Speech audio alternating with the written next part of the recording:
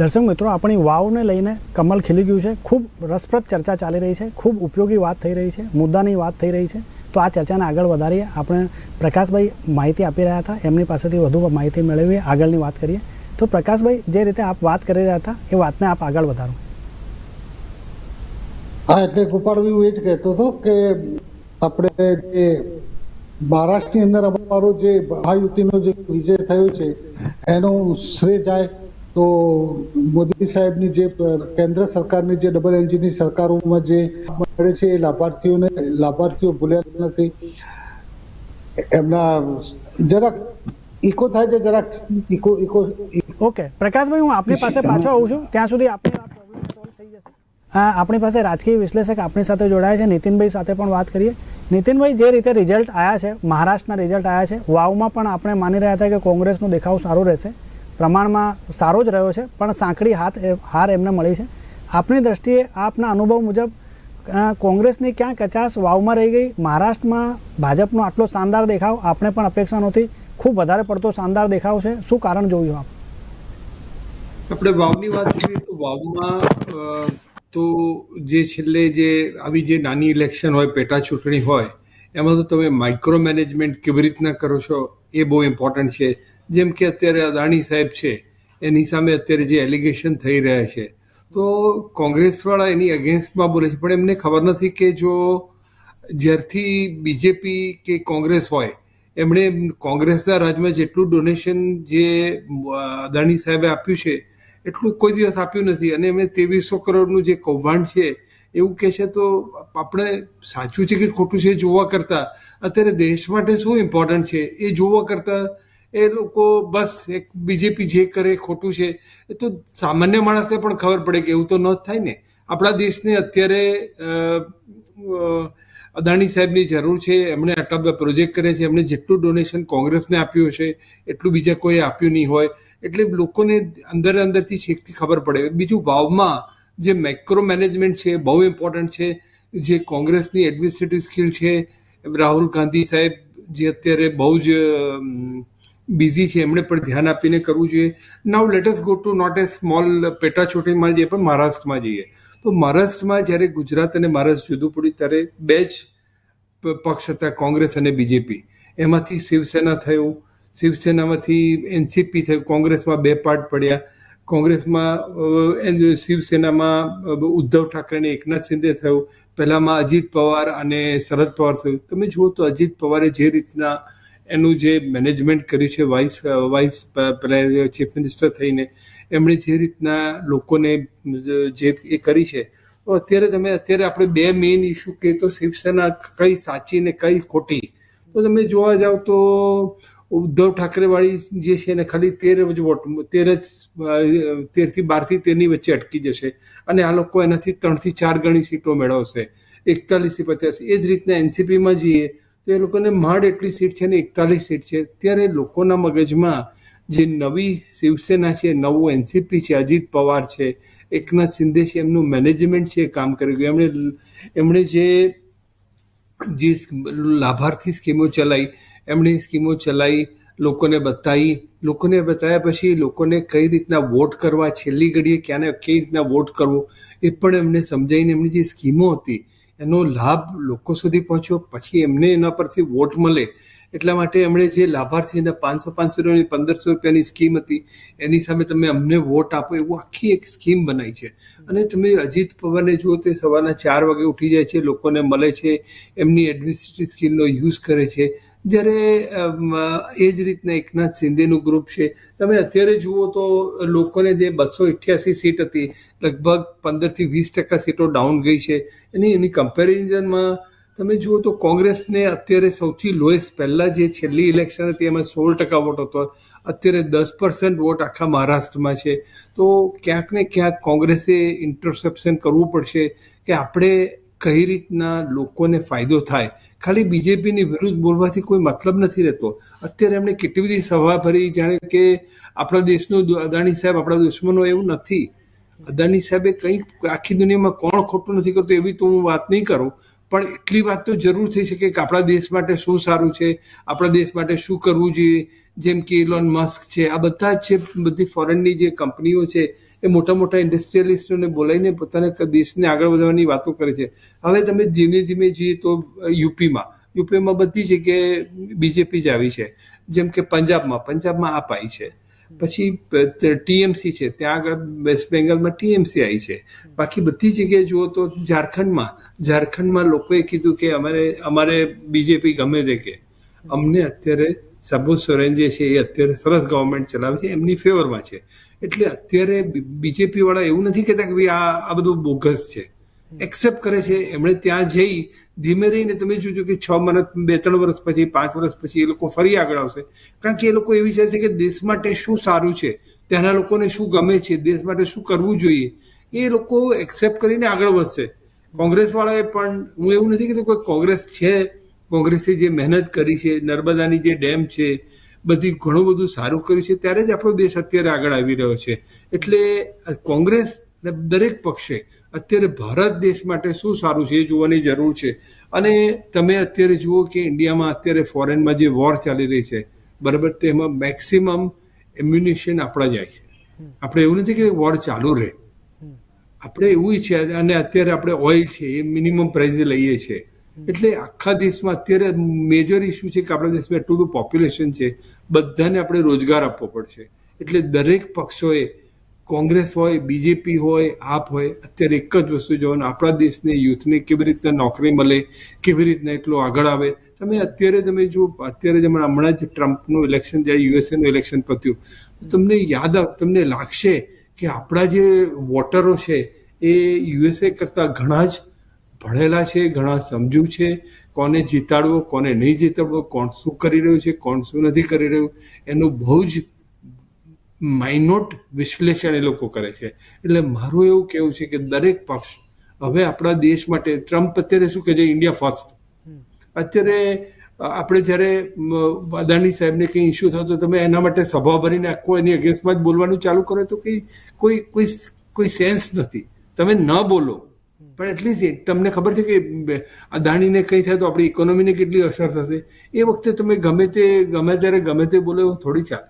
અત્યારે દરેક દેશ પોતાના કન્ટ્રીને શું ફાયદો થાય એ જુએ છે. ખૂબ ઉપયોગી વાત કરી, ખૂબ અનુભવ પ્રમાણે આપણે વાત કરી કે કોંગ્રેસને આપે એક વાત કરી, કોંગ્રેસને આપણે યશવંતભાઈ છે એમના માટે પણ થોડીક બોધપાઠ લેવા જેવી બાબત આપે કરી કે કોંગ્રેસને એક તો માઇક્રો પ્લાનિંગ જે બી છે એમાં ઘણું કરવાનું બાકી છે. જે રીતે ભાજપનું એક આયોજન હોય છે, અને જે રીતે આપણે વાત કરી કે શિંદે, ફડણવીસ એકદમ નીચલા સ્તરથી નાની નાની યોજના મતદારો સુધી લઈ ગયા, સાથે સાથે એનો લાભ કઈ રીતે મળી શકે છે એનો એ લોકોએ મતદારોને સમજાવ્યું, સાથે સાથે મતદાન કર્યા પછી કઈ રીતે ફાયદો થશે એ પણ આપણે બતાવ્યું કે કઈ રીતે ફાયદા થઈ શકે છે.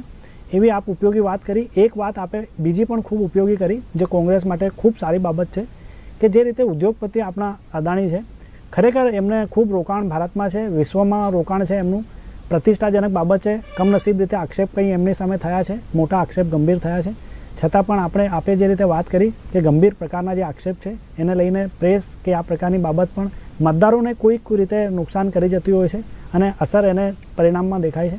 આપણે નીતિનભાઈ એક પ્રશ્ન મારો એ છે કે જે હિન્દુત્વના મુદ્દા ઉઠી ગયા, એક ટૂંકાણમાં જવાબ જોઈશે આપની પાસેથી.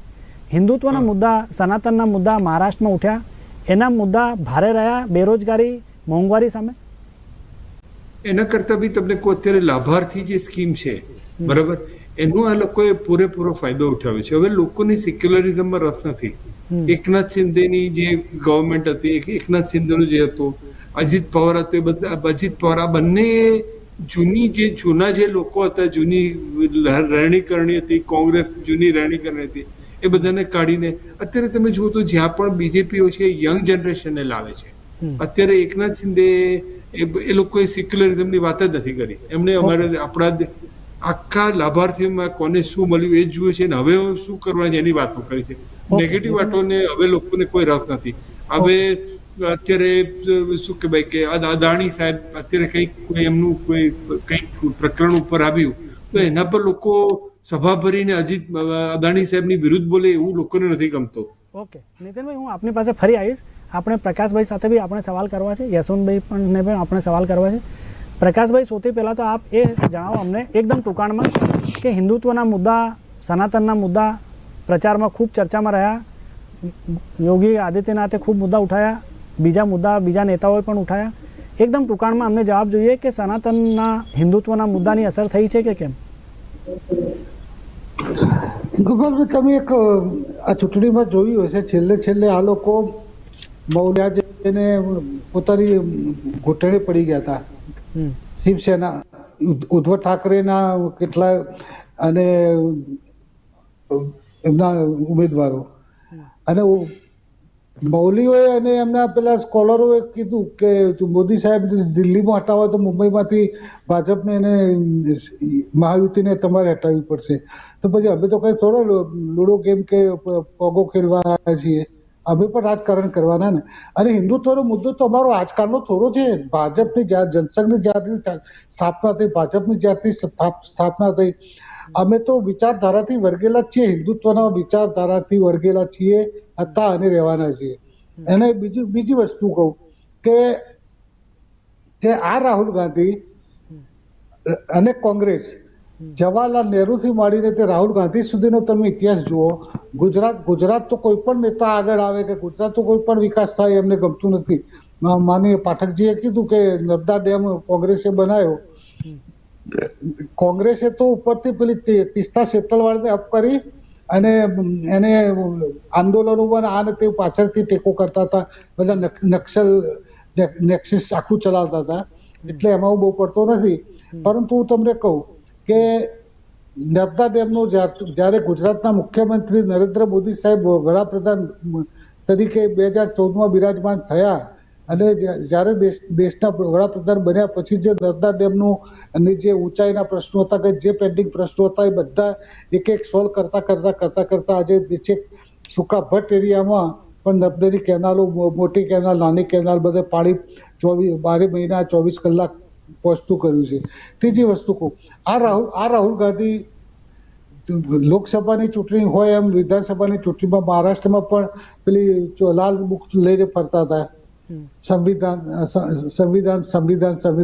અરે ભાઈ, રાજ્યમાં સંવિધાન ના ચાલે તો કેન્દ્રને સંવિધાન બદલવાનું આ છે તે છે, તો કેન્દ્રનો પ્રશ્ન છે. એ લાલ બુકની ચોપડીની અંદર હવે કયા સફેદ કોરા કાગળ હતા કે લીટીવાળા હતા કે લીલા કાગળ હતા એ ખબર નથી પડતી. અને આમ આ જનતા બધી સમજી કે ગઈ વખતે જે નરેટ આવ્યું હતું બંધારણ તમારું છે બદલાઈ જશે, બંધારણનો સુધારો થશે, સંવિધાન ખતમ કરી નાખશે. એ લોકો ફેમિલીના મોટા બેલ ઉપર છે સુપ્રીમ કોર્ટમાં, એ લોકો સંવિધાનની વાતો કરે છે. મને એ ખબર નથી પડતી. ઓકે પ્રકાશભાઈ, હું આપની પાસે ફરી આવું. યશવંતભાઈને આપણે પ્રશ્ન પૂછીએ, એમના પાસે પણ આપણે ઘણો સમય થઈ ગયો. યશવંતભાઈ, અમને એ પણ જણાવો કે કોંગ્રેસના મુદ્દા જે છે એ લોકલક્ષી મુદ્દા હતા, ખૂબ નજીકથી જોડાયેલા લોકો સાથે જોડાયેલા મુદ્દા હતા. મોંઘવારીની મુદ્દાઓ ખૂબ એક લોકો સાથે જોડાયેલો મુદ્દો છે. એ અંગે આપણે ખૂબ વાત કરી. બેરોજગારીની આપણે ખૂબ વાત કરી. ખૂબ સારા મુદ્દા, તમામ લોકો સાથે જોડાયેલા મુદ્દા. ક્યાં લાગે છે કચાશ આ મુદ્દા લોકોને કેમ સ્પર્શી રહ્યા નથી? ક્યાં આપણી સમજાવવાની મતદારોને કચાશ દેખાઈ રહી છે? આપના મતે શું લાગે છે? સૌથી પહેલા તો હું આજે વાત કરવા માંગુ છું કે દરેક વખતે ભારતીય જનતા પાર્ટી અને અમુક તેની સહયોગી પાર્ટીઓ દ્વારા અને અમુક જે આરએસએસ સાથે સંકળાયેલા વ્યક્તિઓ છે તે લોકો દ્વારા તમામ જગ્યાએ ચાહે સભાઓ હોય, ન્યૂઝ ચેનલો હોય, તમામ જાહેર સ્થળો પર એવું કહેવામાં આવે છે, એવું જૂઠાણું ફેલાવવામાં આવે છે કે કોંગ્રેસ પક્ષ એ હિન્દુ વિરોધી પક્ષ છે. તો સૌથી પહેલા તો હું આજે એ વાત સ્પષ્ટ કરવા માંગુ છું કે કોંગ્રેસ ના હિન્દુ વિરોધી છે. કોંગ્રેસ કોઈ પણ પક્ષ, વ્યક્તિ, પ્રદેશ કે કોઈ પણ આધારે ભારતના કોઈ પણ વ્યક્તિ સાથે ભેદભાવ કરવામાં માનતું નથી. કોંગ્રેસ પક્ષ એ ભારતના વિચારમાં માને છે. અને આપણે જોઈએ કે જ્યારે આ દેશનું સંવિધાન 1950માં અમલમાં આવ્યું ત્યારે કોંગ્રેસ પક્ષ જ હતો. અને ત્યારે કોંગ્રેસ સૌથી મોટો ત્યારે પક્ષ હતો કે જેણે આ દેશની આઝાદી માટે સહયોગ આપ્યો અને ભારતના સમાનતાપૂર્ણ સંવિધાન કે જે તમામ ભારતના નાગરિકોને સમાનતા આપે છે તેમાં સંવિધાનની સ્થાપનામાં કોંગ્રેસનો એક બહુ મોટો ફાળો રહ્યો છે. અને આપણે જોઈએ કે સંવિધાન જે વાત કરી પ્રકાશભાઈએ કે રાહુલ ગાંધી એક લાલ ચોપડી લઈને ફરે છે, લાલ ચોપડી તમારા સમજની બહારની વસ્તુ છે. એ લાલ ચોપડી એ ભારતનું સંવિધાન છે, એ ભારતનું ભાગ્ય વિધાતા છે. અને એ સંવિધાનની અંદર પણ લખ્યું છે, એ સંવિધાન જે છે એની અંદર સ્પષ્ટ લખ્યું છે કે ભારતના તમામ વ્યક્તિને તમામ ધર્મ પાળવાની, તેને અનુસરવાની, તેનો પ્રચાર કરવાની, તેને અંગે સંસ્થાઓ સ્થાપવાની તમામ ધાર્મિક સ્વતંત્રતાઓ એ ભારતનું સંવિધાન આપે છે. ના તમે આપો છો, ના તમારા નરેન્દ્ર મોદી આપે છે, ના તમારા અમિત શાહ આપે છે. કોઈ નથી આપતું. આ ભારતનું સંવિધાન આ દેશના લોકોને ધાર્મિક સ્વતંત્રતા આપે છે. એટલે ધાર્મિક બાબતોમાં કોંગ્રેસ પક્ષ ક્યારેય પડ્યું નથી અને કોંગ્રેસનો વિચાર સ્પષ્ટ છે કે માત્ર ને માત્ર આ દેશના અને ભારતના વિચારમાં કોંગ્રેસ પક્ષ માને છે. અને બીજી વાત કે જેમણે કહી કે લાલ ચોપડી લઈને રાહુલ ગાંધી ફરે છે, એ બધું કેન્દ્રની બાબત છે. તો શું રાજ્યો, આ દેશના રાજ્યો છે એ સંઘ પ્રદેશ છે એ સંવિધાનથી નથી ચાલતા? સંવિધાન અલગ વસ્તુ છે. સંવિધાનથી માત્ર ભારત ચાલે છે અને ગુજરાત ને મહારાષ્ટ્ર ને બધા કોઈ અલગ એમના માટે કોઈ વ્યવસ્થા છે? આ બધું એમનું જે પરસેપ્શન એ આખું અલગ છે. પણ અમારા કોંગ્રેસ પક્ષ માટે જે અમે લોકોએ રાહુલ ગાંધીજીએ જે ભારત જોડો યાત્રા કરી અને એમણે તમામ માત્ર વિદ્યાર્થીઓ હોય, મહિલાઓ હોય, ખેડૂતો હોય, મજૂરો હોય, તમામ અત્યારે પણ જો ભારત જોડો યાત્રા પૂર્ણ થયા પછી પણ અમારા નેતા શ્રી રાહુલ ગાંધીજી તમામ વર્ગના વ્યક્તિઓને મળે છે અને તેમના હાલ પૂછે છે, તેમની જે સમસ્યાઓ છે તેમને જાણે છે, તેમની સાથે બેસીને સમય પોતાનો વ્યતીત કરે છે અને પોતે એક કામ કરીને એમની વેદના સમજવાનો પ્રયત્ન કરે છે, તેમને પૂછે છે, તેમની તમામ વેદનાઓ, તેમના પ્રોબ્લેમ્સ જાણે છે અને તેના પર તે લોકો તેને અમારા નેતાશ્રી સમસ્યાઓ પર કઈ રીતે અમારો પક્ષ આગામી સમયમાં રણનીતિ બનાવી શકે, નીતિઓ બનાવી શકે, સરકારમાં આવે તો કઈ રીતે તેમને મદદરૂપ થાય તે માટે નીતિઓ બનાવવા માટે અમારો પક્ષ કાર્યરત છે. અને અમારી આખી ટીમ છે અમારા પક્ષની જે એ તમામ સમસ્યાઓને એક રૂપતા આપે છે અને તેને સોલ્વ કરવા માટે જે નીતિ બનાવવાનું કામ છે અમારો પક્ષ કરે છે. અને તેના પરથી જ અમે ચૂંટણી ઢંઢેરામાં અમારો જે મેનિફેસ્ટો છે એની અંદર તમે જો અમે યુવાનોને આવરી લઈએ છીએ, મહિલાઓને આવરી લઈએ છીએ, અમે ખેડૂતોને આવરી લઈએ છીએ, અમે તમામ ધર્મના લોકો હોય, તમામ વર્ગના લોકો હોય, તમામ જે લોકો છે તેમને આવરી લઈને એક એવો મેનિફેસ્ટો તૈયાર કરીએ છીએ કે જે તમામ વર્ગ અને તમામ નાનાથી નાના માણસને મહાત્મા ગાંધીએ જે રીતે કહ્યું હતું કે આ દેશનો વિકાસ ત્યારે જ સંભવ છે જાણે ગામડાના છેવાડાના નાનામાં નાના અને અંતિમ પંક્તિમાં ઉભેલા વ્યક્તિ સુધી જ્યારે તમારો લાભ પહોંચે છે ત્યારે આ દેશનો સાચા અર્થમાં વિકાસ થશે. અને એ વાક્યને પ્રચાર કરવા માટે અમે લોકો કાર્યરત છીએ અને તે રીતે અમે અમારા ચૂંટણી ઢંઢેરા બનાવીએ છીએ અને અમે તમામ લોકો સુધી પહોંચવાનો પૂરેપૂરો પ્રયત્ન કરીએ છીએ. પરંતુ ક્યાંક કચાશ રહી ગઈ હશે તો અમે તેને આગામી સમયમાં વધુ ઉત્કૃષ્ટતાથી તેને સુધારવાનો પૂર્ણ પ્રયત્ન કરીશું.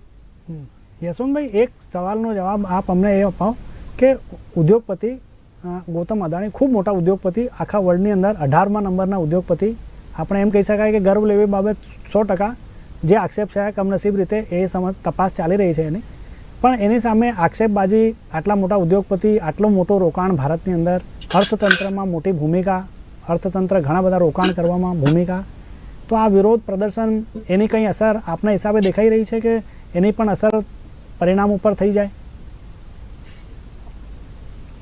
એ ભારતના વિચારમાં માને છે. અમારા માટે ભારતથી મોટું કોઈ નથી. ભલે તો કોઈ ઉદ્યોગપતિ હોય, કોઈ વ્યક્તિ હોય, તો કોઈ પણ હોય, અમારા માટે ભારત સર્વોપરી છે અને ભારતના લોકો સર્વોપરી છે. અને હમણાં જ એક રિપોર્ટ આવ્યો હતો થોડા સમય પહેલા કે ભારતની અમુક સંપત્તિ જે છે એ માત્ર ઉદ્યોગપતિઓ પાસે છે અને અમુક ટકા બહુ અલ્પ માત્રાની સંપત્તિ છે જે આખું ભારત વહેંચે છે. તો આ અસમાનતા કેમ? અમે આ અસમાનતાનો વિરોધ કરીએ છીએ અને 2014માં જે સત્તા પલટાવ થયો, કોંગ્રેસ પક્ષ પાસે સત્તા હતી અને જે સત્તા પલટો થયો, ભારતીય જનતા પાર્ટીની સત્તા આવી અને ત્યાર પછી આ અમુક ઉદ્યોગપતિઓ જે છે એમની સંપત્તિમાં ધરખમ વધારો થયો અને તેમની સંપત્તિમાં ઉછાળો આવ્યો. અને માત્ર ને માત્ર ઉછાળો નહીં, પરંતુ આ દેશની ગરીબ જનતા છે તે ગરીબમાંથી વધુ ગરીબ બનતી જાય છે અને અમુક ઉદ્યોગપતિઓ અમીરમાંથી વધુ અમીર બનતા જાય છે. આ અસમાનતા એકદમથી વધારે કેમ થવા લાગી? આ માટે અમારો વિરોધ છે. અને અમારા માટે મેં કહ્યું, ગૌતમ અદાણી હોય, મુકેશ અંબાણી હોય, કોઈ પણ ઉદ્યોગપતિ હોય, કેટલા બી પૈસા વાળો હોય, અમારા માટે ભારત સર્વોપરી છે અને ભારતના લોકો સર્વોપરી છે. માટે અમારા માટે ભારતના લોકોથી વધારે કોઈ નથી. નીતિનભાઈ એક મિનિટ એમને વાત પૂરી કરી લઈએ. યશવંતભાઈની વાત પૂરી કરી લઈએ પછી આપની પાસે હું આવું. યશવંતભાઈ, આપ આપની વાત પૂરી કરી લો. હા, તો એ જ છે કે અમારા માટે ભારતનો વિચાર સર્વોપરી છે અને ભારત સર્વોપરી છે. કોઈ પણ ઉદ્યોગપતિ હોય એની અર્થવ્યવસ્થા માટે એના ભ્રષ્ટાચારને આપણે સાંખેલી ન લેવાય કે એને ઢાંકવાનો પ્રયત્ન આપણે ન કરી શકીએ કે એના વિરોધથી અથવા તો એના જતા રહેવાથી આપણા દેશની અર્થવ્યવસ્થા ડગી પડશે.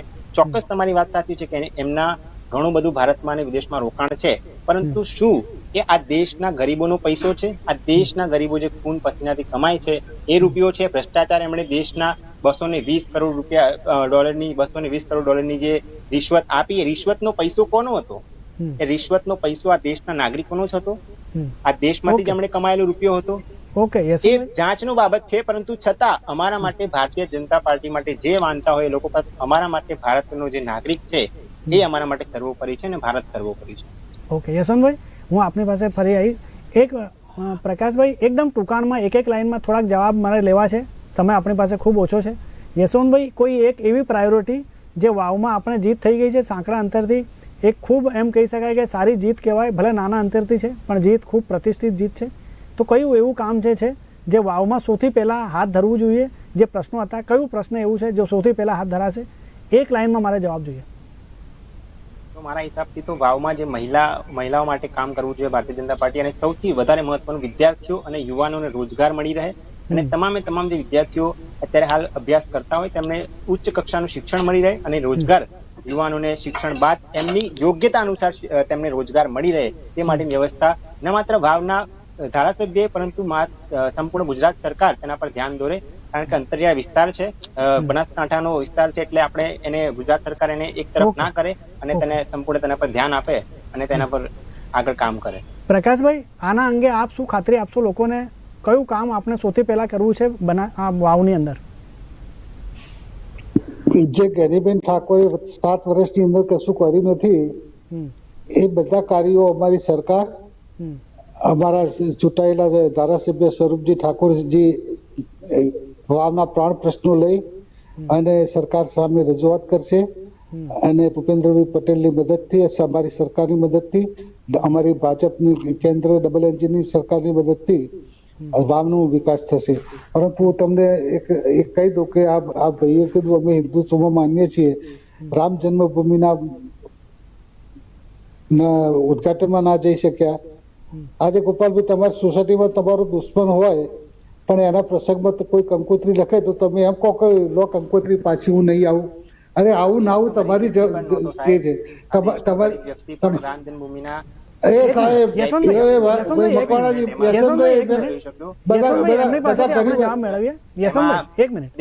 તમારી વચ્ચે બોલ્યો નથી એવો મકવાણા સાહેબ. ખેડૂતો નહોતા આપણા દેશના. યશવંતભાઈ, પ્રકાશભાઈને બોલી લેવા દો. આપની વાતમાં એકદમ બોલ્યા નથી એટલે એમને વાત પૂરી કરી લઈએ. યશવંતભાઈ, આપની વાત યશવંતભાઈ પછી બોલશો. આપ પ્રકાશભાઈ આપની વાત.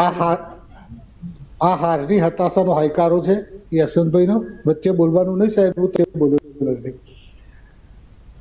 એટલે અને ત્યાં આગળ રાહુલ ગાંધી કે ત્યાં ઐશ્વર્યા રાયનો ડાન્સ હતો ને આ હતા તે હતા, ગરીબ નતા. અરે ત્યાં ઐશ્વર્યા રાયજીએ નથી ગઈ, કઈ કોઈ ગયું નતું, અને ખોટા લોકોને વાતો કરી અને બુમરાહ કરી મૂકી હતી. એમના કપિલ સિબ્બલ એ વખતે કપિલ સિબ્બલ વકીલ, અને એ ત્યાં જઈને કહી આવ્યા હતા કે લોકસભાની ચૂંટણી પછી રામ જન્મભૂમિનો આપવું ચુકાદો. આ તો એમનું હિન્દુત્વ છે, એમની જોડે હિન્દુત્વને એમનો કોઈ લાગે વળગતું નથી. અને પ્રકાશભાઈ એક મિનિટ, પ્રકાશભાઈ યશવંતભાઈ બંનેને હું 1 મિનિટ રોક્યું. આપણે નીતિનભાઈનો એક મત લઈ લઈએ, આપણી પાસે સમયનો અભાવ છે. નીતિનભાઈ, આપના અનુભવ મુજબ ભારતની સામે જે 2 મુદ્દા કહેવા હોય એક જ લાઇનમાં, કયા સૌથી મોટા પ્રશ્નો છે જે હવે પ્રાથમિકતા છે મહારાષ્ટ્રમાં હાથ ધરવા જોઈએ? કેમ કે આપણી આર્થિક રાજધાની કહી શકાય, ત્યાંથી આખું એક અર્થતંત્રની મોટી ભૂમિકા રહેલી છે. કયા 2 મુદ્દા એવા હોવા જોઈએ જે ખૂબ પ્રાથમિકતા સાથે હાથ ધરવા જોઈએ?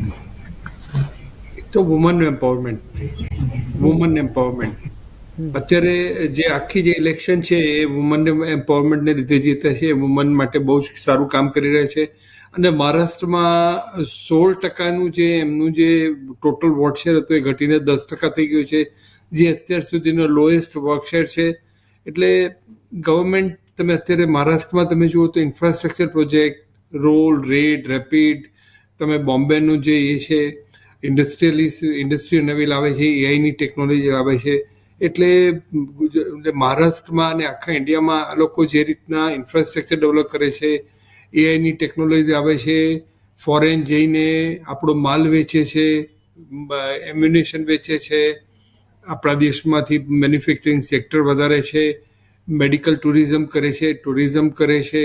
આપણા દેશમાં જેટલું પણ જે પોસિબલ છે બધા જ લોકો પોતાના પ્રયત્ન કરે છે. અને આમ જુઓ તો સેફટી બહુ સારી છે, મેડિકલ આપણા દેશ માટે બહુ સારું છે. એ લોકો સ્કૂલો અને કોલેજોમાં પણ ઘણું બધું ઇન્વેસ્ટમેન્ટ કરે છે. એટલે તમે જે 2 મુદ્દા કીધા, વુમન એમ્પાવરમેન્ટ અને ઇન્ફ્રાસ્ટ્રક્ચર ડેવલપમેન્ટ, અને ફોરેનથી ગમે તે કરો, બિઝનેસ લઈ આવો અને ઇન્ડસ્ટ્રીયલિસ્ટને પ્રમોટ કરો. અદાણી સાહેબની કંઈક કોઈ જગ્યાએ કંઈ ભૂલ થઈ બી હોય એટલે એનો અર્થ એવો નહીં કે, પણ મોટા ભાગે મને એવું નથી લાગતું કે આ મુદ્દાને અત્યારથી ચગાવવો જોઈએ. જ્યારે છેલ્લે રિઝલ્ટ આવે ત્યારે જુઓ ને, તમે કોઈને પણ કોઈ મર્ડર કર્યું પહેલેથી એઝ્યુમ ન કરી શકાય. Let murder be prove by the court. એ તો ફોરેન વાળા તો એલિગેશન કરશે જ, ફોરેન વાળાને એમનો ધંધો વધારવો છે. ઓકે નીતિનભાઈ, આપણી પાસે સમયનો અભાવ છે, જેથી આપણે કાર્યક્રમને વિરામ આપવો પડશે. ભાજપ તરફ પ્રકાશભાઈ આપ, યશવંતભાઈ આપ અને નીતિનભાઈ આપ અમારી સાથે જોડાયા. ખૂબ રસપ્રદ ચર્ચા, ઘણા એકદમ ઉપયોગી પ્રશ્નો અને આપણે જવાબ પણ મેળવ્યા. કયા પ્રશ્નો પ્રાથમિકતા સાથે હાથ ધરવા જોઈએ, કયા મુદ્દા એવા છે જે મહત્વના છે, ખૂબ ઉપયોગી માહિતી અમને મળી. તે બદલ આપ ત્રણેય મહેમાનોનો ખૂબ ખૂબ આભાર. તો દર્શક મિત્રો, આજે આપણે આ ખાસ કાર્યક્રમની અંદર વાવમાં જે કમળ ખીલ્યું છે તે મુદ્દા સાથે સાથે મહારાષ્ટ્ર અને ઝારખંડમાં જે પ્રકારની સ્થિતિ છે તે મુદ્દા ઉપર પણ ખાસ વાતચીત કરી. સાથે સાથે ઉદ્યોગપતિ અદાણી જે છે, અદાણીને લઈને જે પ્રશ્નો ઊભા થઈ રહ્યા છે તે અંગે પણ વાત કરી. મહારાષ્ટ્રમાં જીતવા માટેના કારણો શું રહ્યા, સાથે સાથે કોંગ્રેસની હાર ક્યાં થઈ, ક્યાં એ લોકો પાસેથી કચાશ રહી ગઈ, તે બાબત પણ યશવંતભાઈએ નિખાલસપણે કબૂલ કરી.